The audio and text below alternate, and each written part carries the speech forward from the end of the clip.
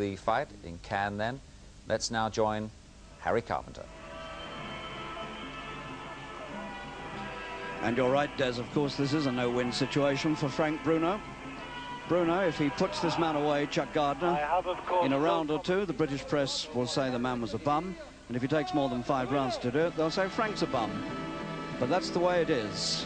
Terry Lawless has brought Bruno to Cannes to try to get him away from all the publicity in Britain.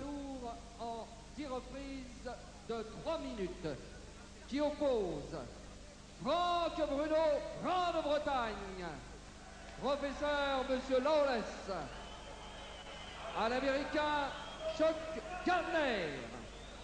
French commentator Jean-Claude Boutier used to be the European light middleweight champion. Sur la plage de l'hôtel Martinez. Chuck Gardner, this huge man from Minneapolis who had a nightmare journey here, has been waiting in the ring now for some 5 minutes before Bruno made his appearance. 110 kilos. There he is, shaven-headed Chuck Gardner from Minneapolis. It took him 30 hours to get here. He weighs 17 stone 4. A man who was out of the ring for 3 years, came back 13 months ago. He's had 5 wins against mediocre opponents. And now he faces big Frank Bruno, the former European champion. And Frank is going to try to put him away quickly. He has to tonight. He has to look good if he's going to maintain credibility as a world heavyweight contender. Gardner, official age 33, admits to being 35. Some people would tell you he may be even older. He stands 6 feet 4. He's an inch taller than Bruno. Bruno weighs 16 stone 6. So he's conceding 12 pounds here to Gardner. But it's a fight Bruno has to win. A defeat here and all credibility goes. What a sight this bald-headed American looks. He looks more like an all-in wrestler than a fighter. He really does look ancient. Even what hair there is grey. And a lot of that 17 stone 4, you can see for yourself, is flab. And there's the first punch from Bruno. Not a heavy one, but Gardner felt it.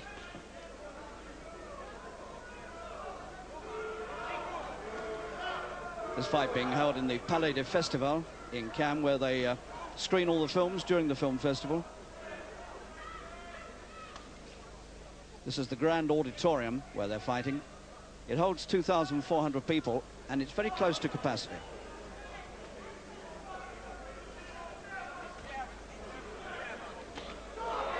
That's a good punch, and that looks to me as though we may not see any more of Chuck Gardner of Minneapolis tonight.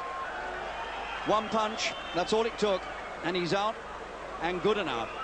The man took 30 hours to get here. He arrived exhausted on Thursday night, had a nightmare journey. He clearly is underfit, and it only took one not terribly lethal looking punch from Bruno to put him away, and he's still stricken. And so all the suggestions that this was not a good match, I'm afraid, have been proved right. The man had no chance. He shouldn't have been in the ring. And Bruno won't be too proud of that victory. In fact, he looks concerned. That's a victory that has done him no good at all. Terry Lawless wants him to have as much fighting as possible, but you don't want fights like that. It's done Bruno no good, and it's certainly done Chuck Gardner no good, and it's a relief to see that he's regained consciousness, even though he's still down. Well, somebody's saying you're going to be all right, pal, but I don't know whether he'd agree with that.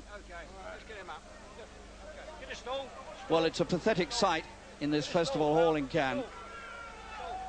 The big man who came all this way to be put on his face by a fairly innocent-looking punch.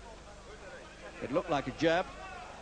In fact, it was a left hook, just hooked, and it was all he needed to pitch full on his face and out to the world. That's the voice of George Francis, who's in the corner there, trying to reassure Gardner that he's going to be all right. And Bruno looks very concerned indeed, as he might. Well, it's none of Frank's fault. He doesn't pick the opponents, and the fact that the man wasn't a proper opponent is not Bruno's fault. But he certainly doesn't need more fights like that. He's scheduled for another fight in Marbella, in Spain, in August. And we have to hope that the opposition will be rather more resilient than that. Chuck Gardner, possibly 35 or even older, a pro since 1976, his 30th fight tonight, and his umpteenth defeat. He's been stopped 7 times now. People like John Tate and Tony Tucker, Trevor Berbick, Ernie Shavers all stopped him. John Tate is the only other one who stopped him in 1 round. So what we've seen tonight, not very edifying, but Bruno is a winner in Cannes. Well, you see, Henry, that does nothing for Bruno, and it certainly does nothing for boxing. That's a mismatch. Yeah, well, I did say in the summing up, in our summary before, you know, if he went 4, 5, 6 rounds and he looked good and winning, but that didn't look good. And if he's 35, well, I'm 45. Well, I thought you were 45. But God, he's the oldest looking 35 I've seen. But the guy was unfit and shouldn't have been. Well, I mean, he was 17 stone 6. He had more fat there. I mean, he could have done that advert for that tyre company, couldn't he, there? But it's unbelievable. But, you know, it's See, funny in a sense, but I want to know how these guys get licences to carry on boxing. How did he have a licence to box, that guy? I can't make it out. But it's dangerous, you see, Henry. It worried me when he was down on the ring apron there, because you wondered, in fact, whether he was going to get up there at one stage. Well, that's it. See, I mean, let's say, bringing sort of basically, you know, bodies over like that, and I nearly said dead bodies, but I mean, you know, as you say, doesn't do the game any good. But I mean, if he's 35, that's the same as a Dutchman's uncle. Yeah, just have a look at the punch again. Look at the weight on him. And we're only a minute or so into the fight where we are. It was like a long left sort of hooking, but you know, it didn't look as though he had a lot of shoulder power behind it. But look, the guy's gone down as though he's poleaxed. Absolutely no punch resistance, and in I think he trouble. had that edge shay because he must have had a load of grey hair. I think. I mean, he was 35. But it does nothing for Bruno, does it? Does nothing for the fight game. See, to be honest, I think he's, you know, I mean, it earns him some money. That's what I can understand Lawless, you know, but I mean, he must vet opponents. They've got to vet these opponents and get slightly a better opposition, because if that's going to do that will do him no good at all. As I say, he's won in 1 round, in less than half a minute.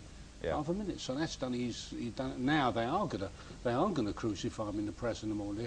Not Frank perhaps, but they crucify, you know, the manager, the matchmaking, and so they're entitled to. But I want to know how that guy gets a licence to carry on boxing. Can I just ask you, Henry, when you were fighting, you got together with Jim Wicks and said, occasionally, I'm sure, I don't fancy him, or I do fancy him, or I don't think. Didn't you cast your opinion about your next? Of course you did. Well, Frank's got to do that too, hasn't he? Well, I should imagine so. I mean, I don't know how they go about their business, but I mean, see, I was always brought in on the negotiations for fights, you know, and Jim, we sat down, Jim said, well, we think this one would be good for us, you know, this or that one, you know, Jim had a great saying, if he thought he was too good, he'd say he was too ugly, you know, we weren't good looking fighters, and things like that.